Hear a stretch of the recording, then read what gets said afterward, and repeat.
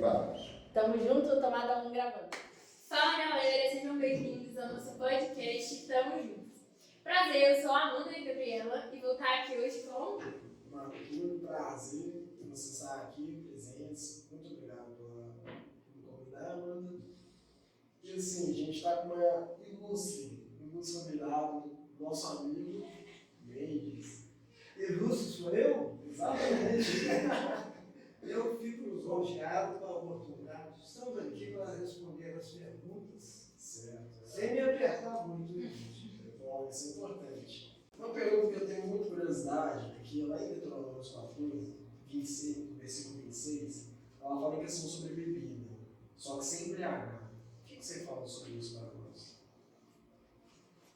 Nós temos muitos exemplos na Bíblia de pessoas que se embriagaram. São pessoas novas, né?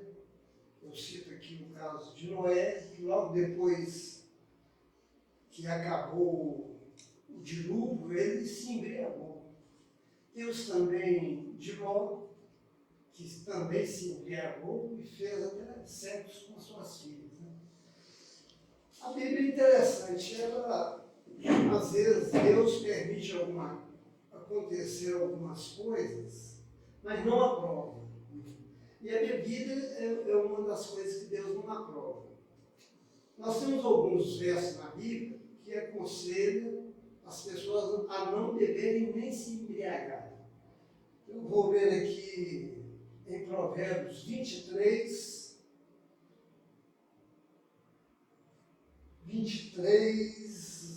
28 em diante.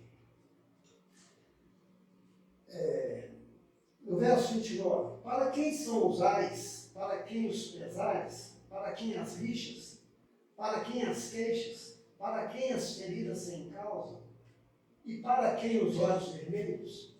Para os que se demoram a beber vinho, para os que andam buscando bebida misturada.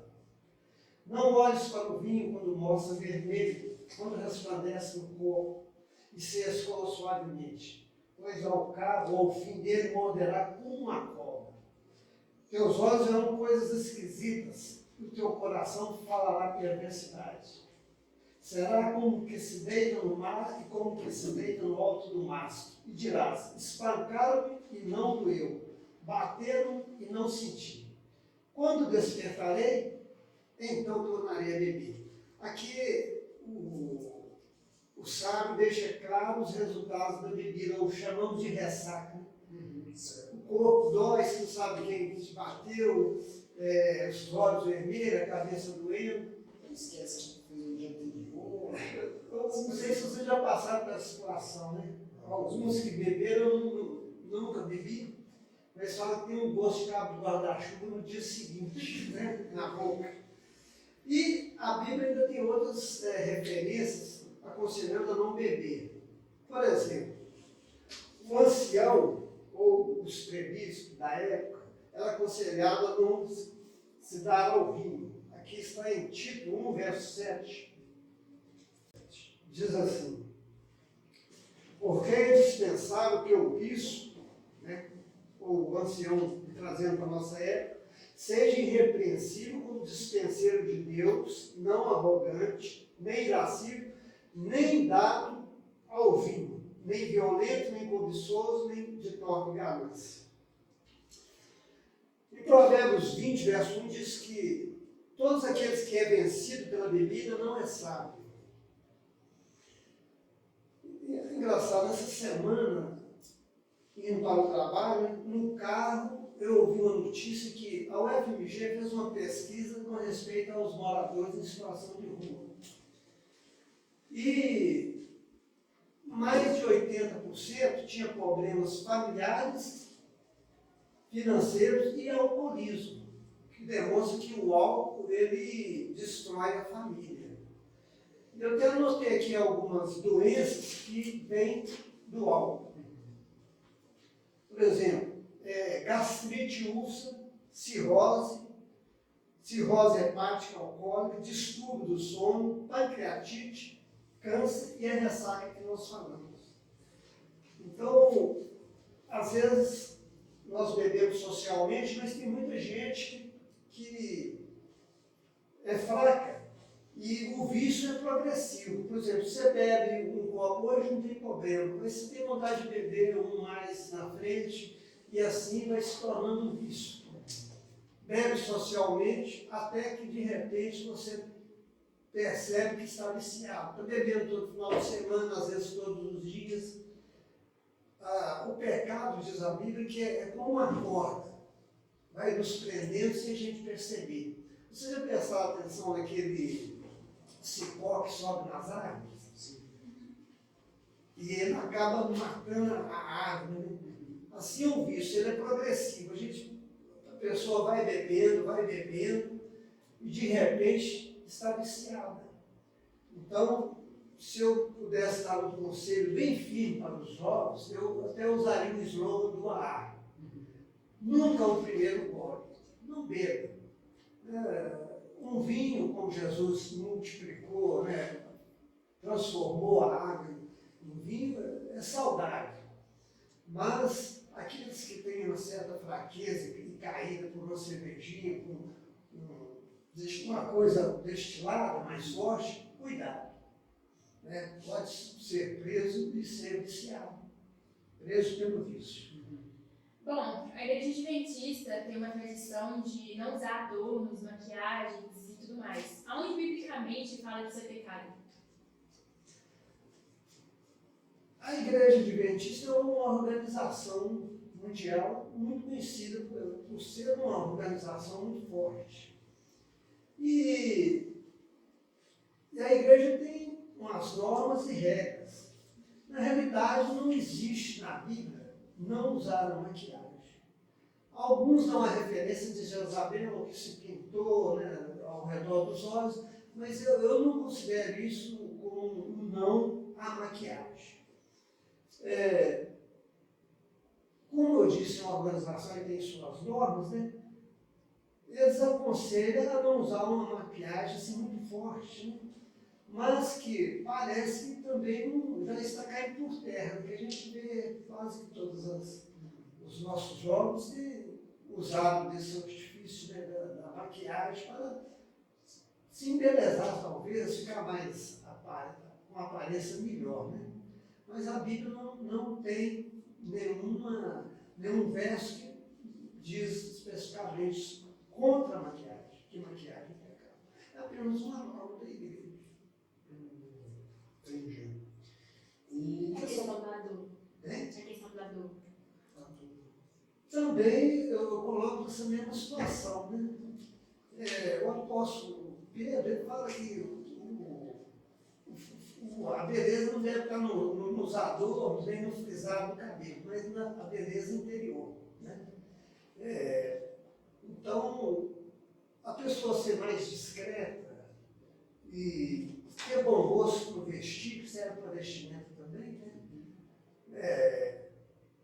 Obedecendo assim às normas da igreja, deve se portar, deve se vestir, principalmente aqueles que fazem parte da frente da igreja, porque está sendo observado por todo mundo. Então, os adornos exagerados, tudo um broche passado, né? Mas às vezes a pessoa usa alguns pelucários, algumas coisas assim muito fortes, a igreja não recomenda. Sim. E uma curiosidade, a questão das tatuagens. Na Bíblia ela fala que é errado fazer tatuagem, se não é um pecado, como é que é? Sobre a tatuagem, eu fiz uma anotação aqui, Arthur. Obrigado pela sua pergunta.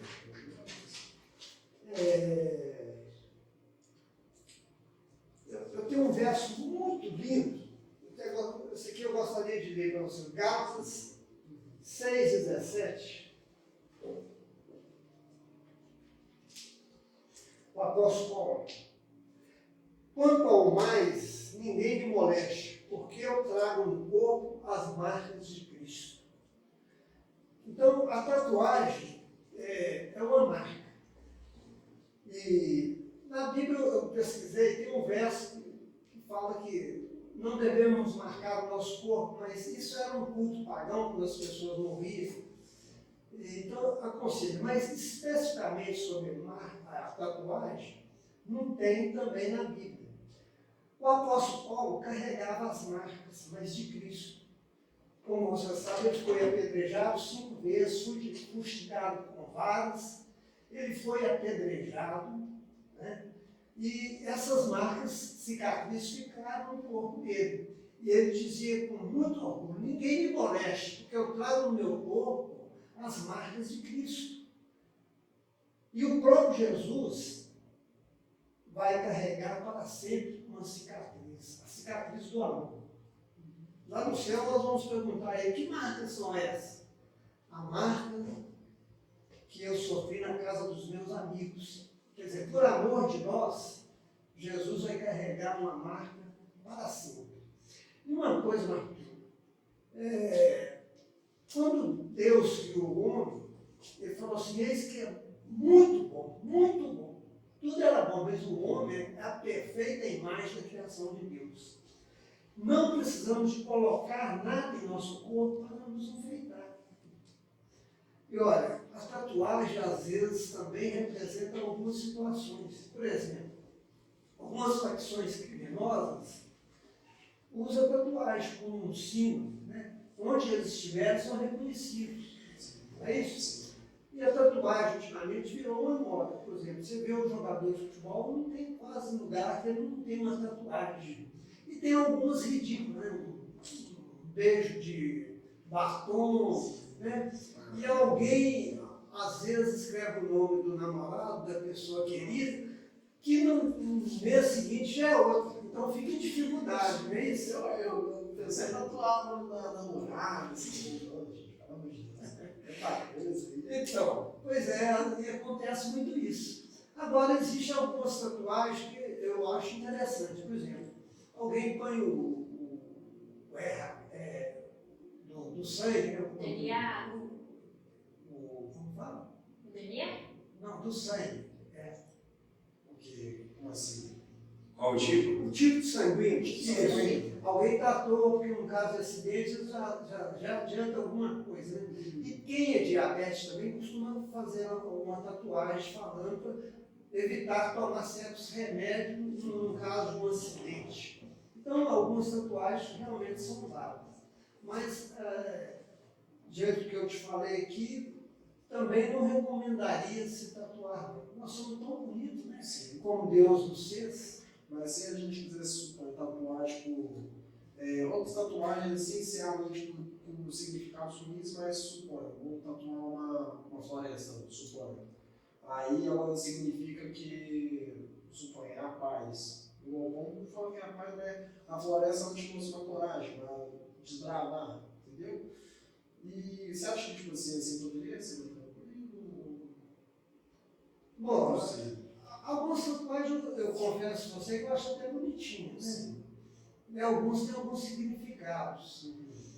Mas diante vamos chamar, da moda presente, eu também não aconselharia fazer uma tatuagem, não. Entendi. Eu ainda prezo para permanecer como Deus realmente nos formou, nos criou. E alguns senhores da igreja não recomendam os jovens, adolescentes, a ir no cinema. O que você tem a dizer em relação a isso?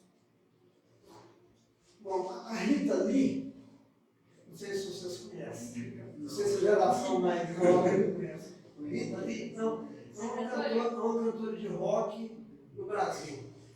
E ela cantava assim: no escurinho do cinema, uma música popular assim. Antigamente, o cinema era um lugar onde que a gente, os mais antigos, se aproveitavam para dar uns amassos, uns pega, né?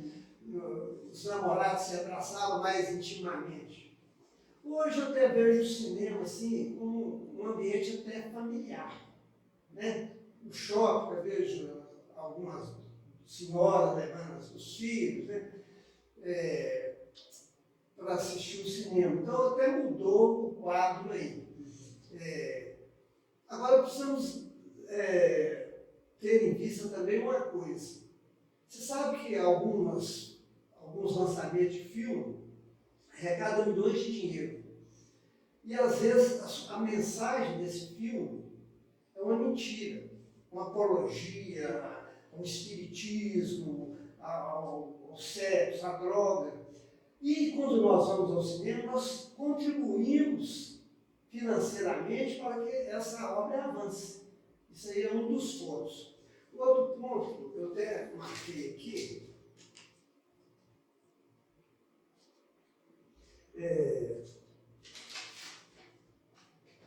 quando nós assistimos cinema, nós fixamos bastante a ideia que o cinema passa. Por quê? É um ambiente escuro, fechado, e o foco principal é a tela. Certo? E aquilo ali, você não está tendo influências laterais ou outras situações. E aquilo fixa na sua mente. Mais do que outra coisa. Às vezes, se você lê aqui a Bíblia, você não pega tanto como se você estivesse no ambiente de cinema, a mensagem lá.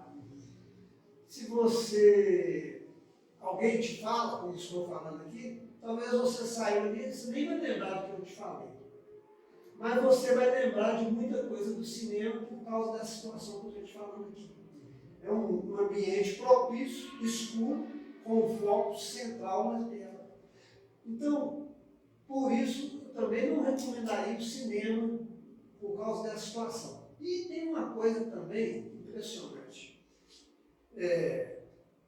O que nós colocamos diante de nós. Isso pode acontecer também no nosso lar. Por exemplo, uns tempos atrás, eu fiquei sabendo que uma menina, entre nós, estava viciada em filme pornográfico. Na época, ela tinha 12 anos, hoje deve estar na média de 15, 16 por aí. E foi várias vezes fragada assistindo os filmes pornográficos. Hoje nós temos a Netflix, né? Nós escolhemos o filme que quer. Então, o perigo está em que nós assistimos, não é o lugar em que nós assistimos. Então, às vezes, o cinema talvez seja até propício, mas com o que eu falei do perigo, né? De alimentar uma indústria e também de focar alguma mensagem que talvez não nos faria bem. Então, devemos escolher bem o que vamos assistir. Eu também gosto de assistir alguns filmes, né? Tem muitos filmes interessantes, né? Educativos. Então, eu diria que o cinema tem que ser bem escolhido e o filme também.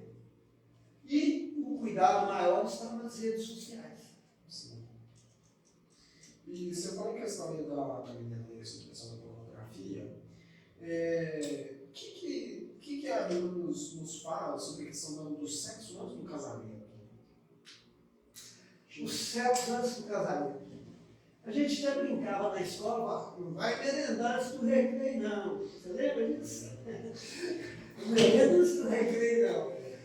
Na realidade, o sexo antes do casamento, a Bíblia chama de fornicação.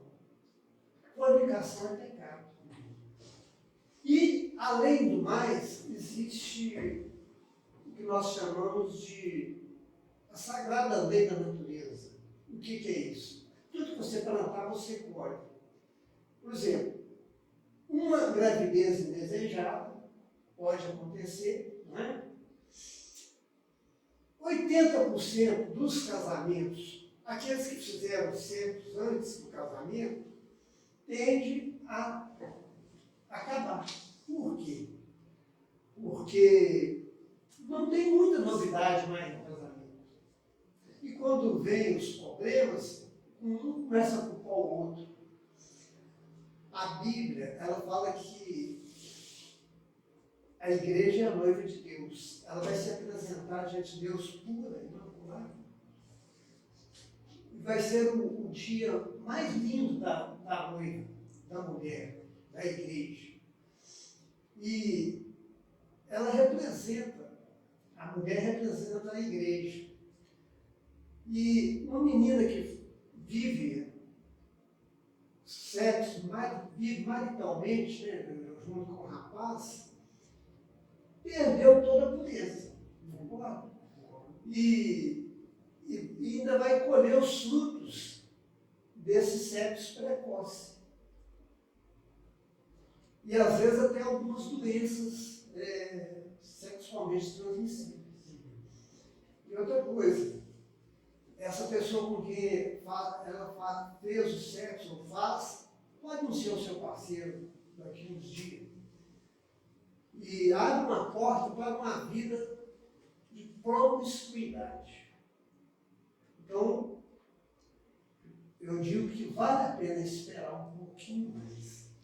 E a recompensa vai vir de um casamento mais prazeroso, com muitas novidades, descobrindo as coisas a dois juntos, e não vai ter o medo que algumas pessoas têm de fazer o sexo escondido, por exemplo. Não é prazeroso porque tem medo das pessoas descobrir, tem que ocultar dos pais, tem que ocultar da igreja. Ou senão, tipo assim, o outro tá fazendo lá, tá achando que tá fazendo errado, tá fazendo ruim. E tem um sentimento de culpa. Sim. Você faz o sexo ali e, puxa, não devia ter feito isso. Tem uma parte do arrependimento. Eu sou casado, então é o sexo seguro. Né? Então, eu faço sexo, não tenho o sentimento de culpa, porque eu e minha esposa somos casados. Né? Vivemos um com o outro, somos uma carne só, como diz a Escritura.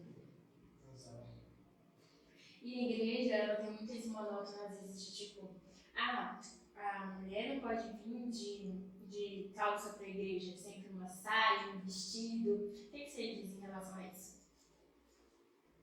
Quanto ao vestuário, também é uma norma na igreja de não usar calça esporte. Olha para você ver. Eu sou adventista há 54 anos. Na minha época, se uma menina chegasse à liderança da igreja, que ela estava usando calça esporte fora da igreja, ela era disciplinada. Hoje já avançamos, não é? Já avançamos. A mãe do Rafa ali, a Denilde, ela formou para direito. Né? Na década de 70, 80, a mulher não poderia entrar de saia no fórum. Depois você pergunta a ela. A mulher não podia entrar de saia no fórum. Acho que era indecoroso.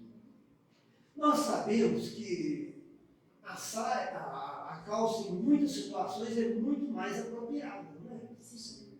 E obedecendo os princípios, quer dizer, modéstia cristã, né?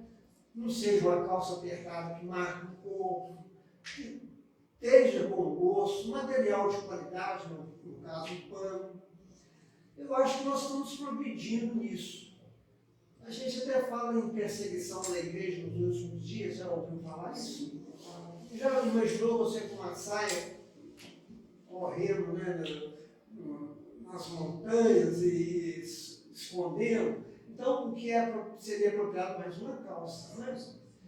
Nós estamos evoluindo muito no lado feminino. Por exemplo, nós já temos anciãs, né? Muitas mulheres fazem teologia, eu acho que brevemente vai aparecer algumas pastoras também. Então, com respeito à calça, hoje não é permitido. Eu até digo assim, a gente não deve ser o primeiro da moda, entrar na moda, né? Vou ser ousado, vou aparecer de calça lá na igreja, até na frente. Não deve se fazer isso. Mas também não deve ser a última a sair da moda, porque fica ridículo, entendeu? Então, eu até compreendo que muitas mulheres gostariam de usar a calça ou um vestido, uma saia, e eu também concordo que em muitas situações a calça realmente pegaria melhor. Então, sobre esse aprendizado todo que a gente teve aqui agora, o que você teria a falar para nós, jovens cristãos, sobre essa nova geração moderna para em relação à igreja, tipo, como posso falar? Como é que a gente poderia. Eu anotei aqui para te perguntar melhor, sabe? Qual é o conselho que você nos daria para essa nova geração? Um conselho bom. Eu até usaria o conselho de João. Ele diz assim: jovens, eu vos escrevi porque sois fortes. Eu acho que com a juventude está a força. Vocês vão terminar a obra do Evangelho. Nós aqui, os velhos, eu estou dando lugar para vocês. Mas vocês vão ser fortes somente se estiverem ligados a Cristo Jesus. Não abandonar o estudo da Bíblia, os princípios, porque hoje nós estamos caminhando assim para um lado mais da mídia, né, da tecnologia. Estamos esquecendo alguns marcos antigos. O quê? Todo dia nós temos que orar, todo dia nós temos que ler a Bíblia, a frequência ao culto e, o melhor, o nosso testemunho, que nós temos que ser diferente. Então, o conselho que eu daria aos jovens, que são a força da igreja, que representasse bem Jesus aqui na terra, que se preparasse para o encontro do Senhor e levasse outros também a esse encontro, a salvação. Então, apesar da tecnologia, do avanço, ainda ser cristão nunca vai ficar fora de moda. Então, não deixa o estudo da Bíblia, acate sempre os conselhos dos mais velhos, que já são experientes, são vividos. Ame seu pai e sua mãe, seja obediente. E, como eu disse, o apóstolo, vocês são muito fortes. Se eu pudesse ser jovem de novo, a força está com vocês. E vocês vão terminar o trabalho de Jesus aqui nessa terra. Amém. Muito obrigada por participar desse podcast conosco, nosso primeiro podcast de muitos, se Deus quiser. E é isso, galera. Muito obrigada por ter assistido até aqui. E segue a gente lá no Instagram dos Jovens, vai estar aqui aparecendo para vocês na descrição. E é isso. Até o próximo. Tchau.